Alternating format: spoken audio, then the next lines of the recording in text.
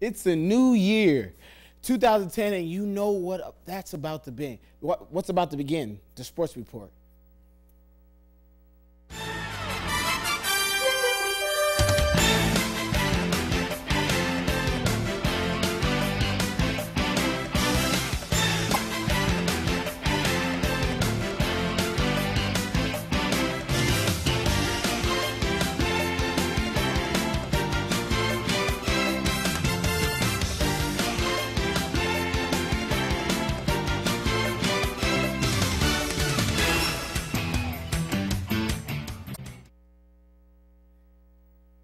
Good afternoon, my fellow Musketeers. We are back for a very eventful winter break. Well, let's hit the ground running. Xavier men's basketball beat Dayton this past Saturday. So in case you missed it, here are the highlights.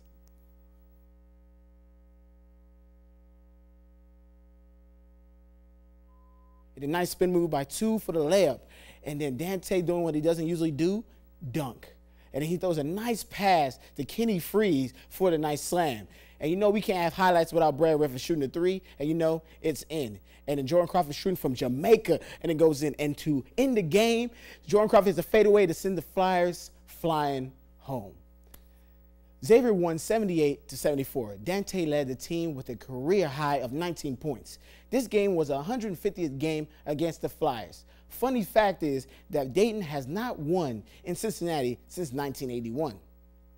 The winning momentum ended there, though. Xavier traveled to Philadelphia to play Temple on Wednesday and fell to the ranked 16th Owls 77-72.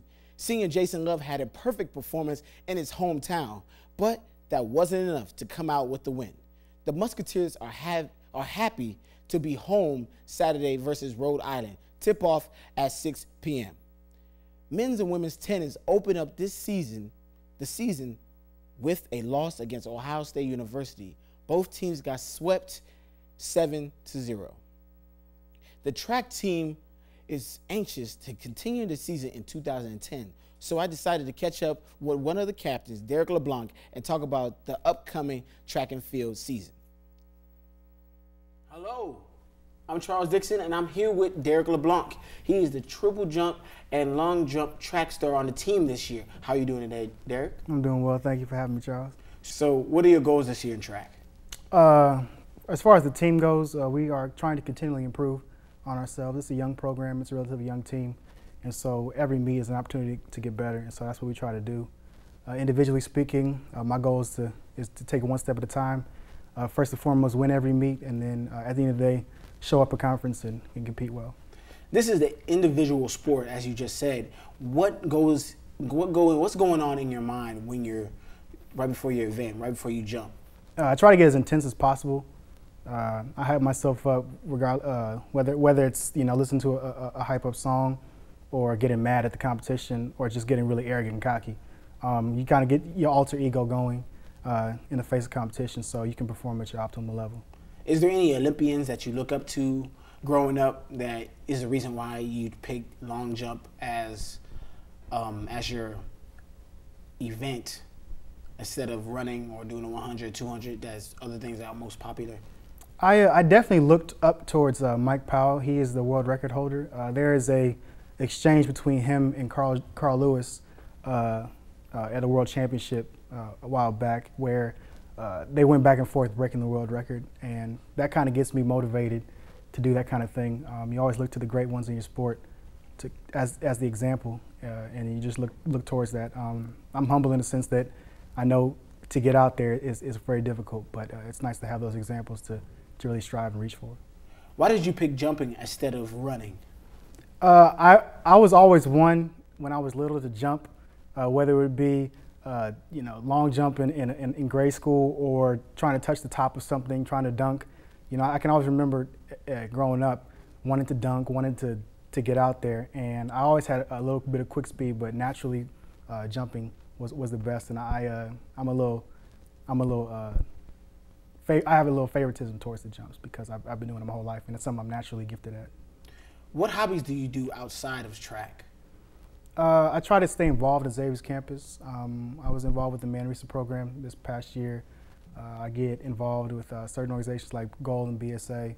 I try to stay active because growing up, I didn't have an opportunity to really get entrenched in my community. And so as best I can, I try to participate and interact with people in certain mediums. As of right now, do you think anybody in the A-10 is better than you? Absolutely not. Thank you, Derek. This is Charles Dixon, and we're going to see y'all back in a little bit. The Musketeers have the Gladstein Invitational this Friday and Saturday. Last year at this event, Xavier shattered 8 school records. The Xavier baseball team is picked to finish 3rd in the Atlanta 10 this year. They will be facing 6 teams that made it to the NCAA tournament last year. The first game is in Knoxville, Tennessee versus, you guessed it, Tennessee. The Lady Musketeers dismantled, and I mean dismantled, St. Louis this past Wednesday. They won 92-50. Like always, they were playing in front of an empty crowd. They don't get no support from the so-called extreme fans. But I digress. Katie Rutan had a scorching game. She made 7 threes that is too shy from the record set by assistant coach Amy Wall. She ended the game with a career high of 25 points. Lady Musketeers traveled to New York on Saturday to face St. Bonaventure. Tip-off is at 1 p.m. This week marks the start of naming the Player of the Week. This week's Player of the Week is, hold on, wait for it, Katie Rutan, with her magical shooting performance against St. Louis on Wednesday. Well, that's the sports report for this week. Thank you for watching, and I will see you same time, same channel in 2 weeks. Peace.